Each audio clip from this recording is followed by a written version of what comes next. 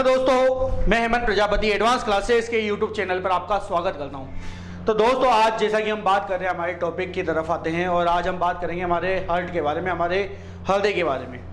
दोस्तों, काफ़ी important topic है। तो आज हम बात कर रहे हैं हमारे हार्ट के बारे में और इसकी संरचना को आज हम यहाँ पर देखेंगे। तो हमारे हार्ट की संरचना के बारे में बात कर रहे हैं कि यहाँ पर जो है ब्लड सर्कुलेशन किस टाइप से होता है। तो जैसा कि आप लोगों को मैं बता चुका हूँ दोस्तों कि हमारा जो हार्ट है ये 4 कक्षीय होता है, 4 चैम्बर इसमें पाए जाते हैं जो कि विभाजित है आलिंद और निलय के रूप में। तो आज उन्हीं के बारे में ही हम यहाँ पर चर्चा करेंगे। तो इसको इमेज के माध्यम से हम देखते हैं। तो यहाँ पर आप लोगों को एक हार्ट का चित्र बताया गया है, मानव हृदय का चित्र बताया गया है और इसके अंतर्गत आप लोगों से कई सारे क्वेश्चंस बनते हैं पेपर में। किस प्रकार से आप लोगों से क्वेश्चन जानना चाहता है, तो सबसे पहले आप लोगों से इसमें जानना चाहता है कि हमारे शरीर से जो अशुद्ध रक्त है, हमारे शरीर से किस प्रकार का रक्त, अशुद्ध रक्त सबसे पहले हमारे हार्ट के किस पार्ट में आता है। तो दोस्तों, यदि हमारे शरीर से अशुद्ध रक्त के बारे में बात किया है कि हमारे हार्ट के किस भाग में आएगा, तो आप लोगों को ध्यान रखना है कि सबसे पहले जो है अशुद्ध रक्त, मान लेते हैं कि हमारा शरीर है, तो यहाँ से अशुद्ध रक्त सबसे फर्स्ट टाइम पे ये दिख रही होगी आपको इन्फीरियर वेना कावा, और यहाँ पर दिख रहा होगा आप लोगों को इन्फीरियर वेना कावा।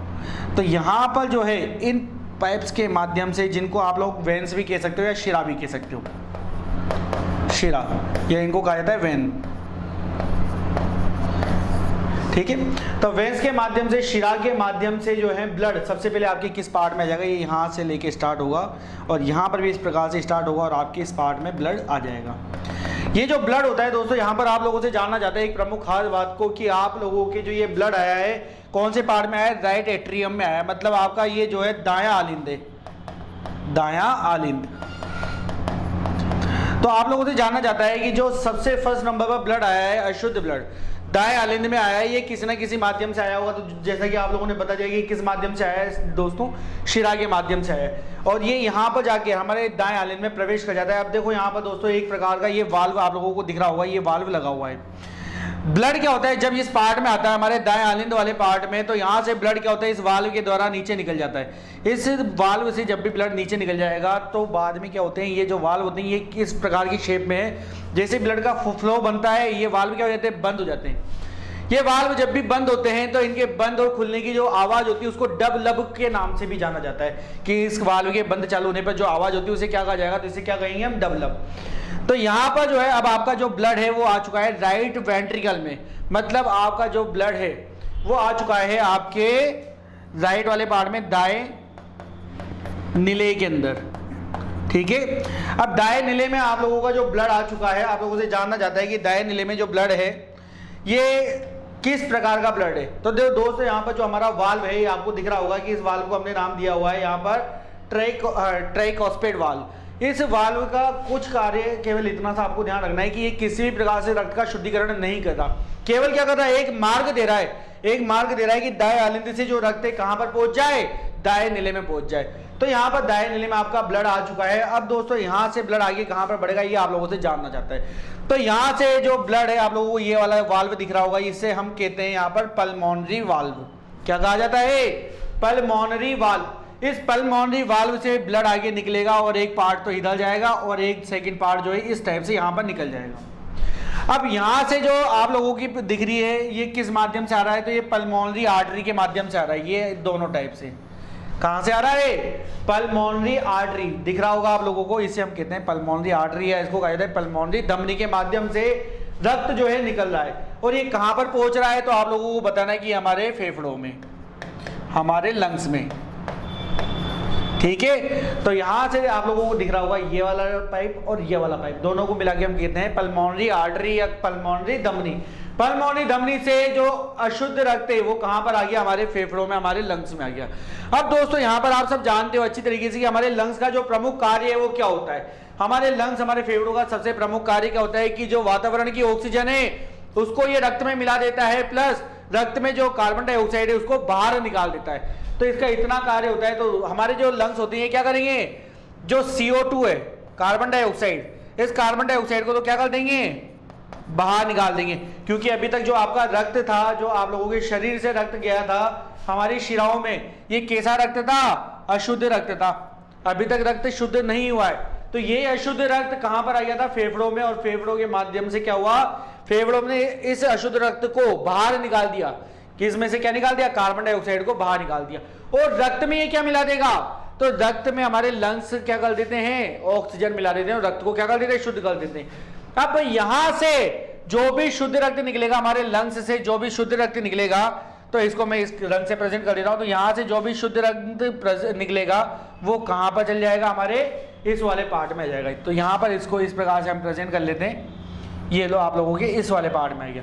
अब आप लोगों से जानना चाहता है कि हमारे लंग्स से जो भी ये शुद्ध रक्त गया है, हमारे लंग्स से ये शुद्ध रक्त जो भी गया है ये किस पार्ट में जाएगा और किस माध्यम से जाएगा। तो हमारे लंग्स से जो भी ये शुद्ध रक्त होता है ये किस माध्यम से आगे बढ़ता है, ये बढ़ता है पल्मोनरी वेन्स के माध्यम से। किसके माध्यम से बढ़ता है, पल्मोनरी वेन्स से, जिसके बारे में मैंने आपको बताया था कि इसको कहा जाता है पल्मोनरी शिरा, पल्मोनरी शिरा। ठीक है, तो पल्मोनरी शिरा पल्मोनरी वेन्स के माध्यम से वापस क्या कर देगा, हमारे इस वाले पार्ट में प्रवेश कर जाएगा, इस वाले लेफ्ट वाले पार्ट में। ठीक है, तो आप लोगों के जो है ब्लड के 3 चेंबर कंप्लीट हो चुके हैं आप लोगों के हार्ट के अंदर। अब बात की जाए कि यहां से ब्लड आगे कहां बढ़ेगा, तो दोस्तों यहां पर फिर आपको एक वाल्व नजर आ रहा होगा। ये वाल्व जो है इसे कहा जाता है मिट्रल वाल्व। मिट्रल वाल्व से रक्त जो है आगे बढ़ेगा और आ जाएगा हमारे लेफ्ट वेंट्रिकल में। तो यहां पर ब्लड आ चुका है लेफ्ट वेंट्रिकल में, जिसे हम कहते हैं बाया नीले। ठीक है, तो बाएं नीले में रक्त आ चुका है। तो दोस्तों यहां पर हमारे ब्लड के जो है सारे चेंबर जो है कंप्लीट हो चुके हैं। अब यहां पर आप लोगों को बताना है कि ब्लड के जो चारों चेंबर कंप्लीट हो चुके हैं, तो अब हमारे लेफ्ट वेंट्रिकल, जिसे हम कहते हैं बाया नीले, यहां से रक्त कहां पर आगे बढ़ेगा। तो दोस्तों यहां से रक्त आप लोगों को फिर यहां पर एक और वाल्व दिखेगा इस टाइप पर। तो ये जो वाल्व होता है इसको कहा जाता है एरोट्रिक वाल्व। क्या कहा जाएगा इसे, एरोट्रिक वाल्व। ब्लड यहां से एरोट्रिक वाल्व की तरफ होते हुए इस प्रकार से यहां से आगे बढ़ेगा और कहां पर चल जाएगा, एरोट्रा में। एरोट्रा जिसे हम कहते हैं महाधमनी, इसे क्या कहा जाता है, महाधमनी भी कहा जाता है एरोट्रा को। तो एरोट्रा के माध्यम से ये सारा रक्त वापस क्या आ जाएगा, हमारे शरीर के संपर्क में आ जाएगा। ये आपको ध्यान रखना है। ठीक है दोस्तों, तो ये हमारी संरचना है। दोबारा इसको एक बार हम प्रेजेंट कर लेते हैं कि देखो हमारे पूरे हार्ट में चारों चेंबर में ब्लड का आना जरूरी है। एक और इमेज के माध्यम से इसको देख लेते हैं हम। तो यहां पर इस प्रकार से आपको बताया गया है सेकंड इमेज में। तो इस इमेज के माध्यम से भी हम देख लेते हैं। तो दोस्तों जैसा कि मैंने आपको बताया कि सबसे पहले जो अशुद्ध रक्त था वो अशुद्ध रक्त हमारे यहां से चला और यहां से चलने के बाद हमारे कौन से भाग में आ गया, हमारे दाएं आलिंद में आ गया, दाएं आलिंद में। ये आपको ध्यान रखना है। और किस माध्यम से आया, तो ये अशुद्ध रक्त था और ये आया किस माध्यम से, शिरा के माध्यम से। ठीक है, वेंस के माध्यम से। ठीक है, अब दोस्तों यहां से ये रक्त आगे वाल्व के माध्यम से बढ़ गया यहां पर। ठीक है, और वाल्व के माध्यम से बढ़ के हमारे कौन से पार्ट में आ गया, हमारे आ गया राइट वेंट्रिकल में, जिसे हम कहते हैं दाया नीले। ठीक है, तो दाएं नीले में आ गया और दाएं नीले से ये सारा रक्त आप लोगों को दिख रहा हुआ यहां पर कि दाएं नीले से ये सारा रक्त किस माध्यम से, ये देखो आप लोगों को, ये हमारा यहां पर दाएं नीले से ये सारा रक्त इस प्रकार से हमारे कहां पर जा रहा है, लंग्स में जा रहा है। अब लंग्स में ये सारा अशुद्ध रक्त गया है अभी तक, तो ये अशुद्ध रक्त ये लंग्स क्या कर देंगे, CO2 को बाहर निकाल देंगे और रक्त में क्या मिला देंगे, ऑक्सीजन मिला देंगे। तो रक्त में इन्होंने ऑक्सीजन मिला दी, यहां पर आप लोगों को दिख रहा होगा जेड कलर का पार्ट। तो यहां से अब शुद्ध रक्त आगे बढ़ रहा है हमारे पास। यहां से कौन सा रक्त आगे बढ़ रहा है, शुद्ध रक्त आगे बढ़ रहा है और शुद्ध रक्त आगे बढ़ के हमारे कौन से पार्ट में आ जाएगा, लेफ्ट एट्रियम में, बाएं आलिंद में। ठीक है, तो ये आपको ध्यान रखना है कि हमारे कौन से आलिंद में आ गया, बाएं आलिंद में। और वाल्व के द्वारा फिर रक्त क्या हो जाएगा, आगे बढ़ जाएगा और कहां पर आ जाएगा, हमारे बाएं नीले में। ठीक है, तो इस प्रकार से चारों चेंबर कंप्लीट होते हैं और बाएं नीले से जब रक्त हमारे पास आ रहा है तो यहां पर देखो बाएं नीले से वापस ये सारा का सारा रक्त क्या हो रहा है, एरोट्रा के माध्यम से, जिसे हम क्या कह रहे थे, महाधमनी। महाधमनी एरोट्रा के माध्यम से वापस क्या हो रहा है, पूरे शरीर के संपर्क में आ रहा है। तो दोस्तों इस प्रकार से हमारे जो है पूरी संरचना, पूरा प्रोसेस चलता रहता है हमारे हार्ट के अंदर हमेशा। अब यहाँ पर इस इमेज में देखो कुछ जानने की प्रमुख जानकारी और आप लोगों को बताना चाहूंगा कि कई बार क्वेश्चन आता है कि इमेज को देख के ही आप लोगों को इस क्वेश्चन का जवाब देना है कि मान लेते हैं कि इसके अंदर अगर आप लोगों से जानना चाहे कि हमारे हार्ट के किस पार्ट में शुद्ध रक्त होता है, तो आप लोगों का जवाब क्या होगा यहाँ पर। तो दोस्तों यहाँ पर देखो, हमने शुद्ध रक्त के बारे में बात किया है, तो हमारे हार्ट के केवल लेफ्ट वाले पार्ट में, कौन से पार्ट में, लेफ्ट वाला पार्ट, जो बायां भाग है उसके अंदर हमेशा कौन सा ब्लड उपस्थित है, शुद्ध। इसके अंदर क्या उपस्थित है, ऑक्सीजन उपस्थित है, इसलिए ये शुद्ध रक्त है। और यदि इसी इमेज में आप लोगों से जानना चाहूं कि अशुद्ध रक्त कौन सा होता है, तो हमारा जो लेफ्ट वाला पार्ट ये आप लोगों को दिख रहा है, इस लेफ्ट वाले पार्ट में हमेशा कौन सा रक्त होता है, अशुद्ध रक्त होता है। ये आपको ध्यान रखना है, ठीक है। तो हमारे हार्ट के दाएं भाग में हमेशा अशुद्ध होगा, बाएं भाग में हमेशा कौन सा होगा, शुद्ध रक्त होगा। इसके अलावा दोस्तों यहाँ पर आप लोगों से एक और क्वेश्चन जानना चाहता है कि निम्न में से हमारे पास, जैसा कि आप लोगों ने देखा था कि हमारे पास जो शिराएं होती है, इन शिराओं का अपवाद क्या होता है।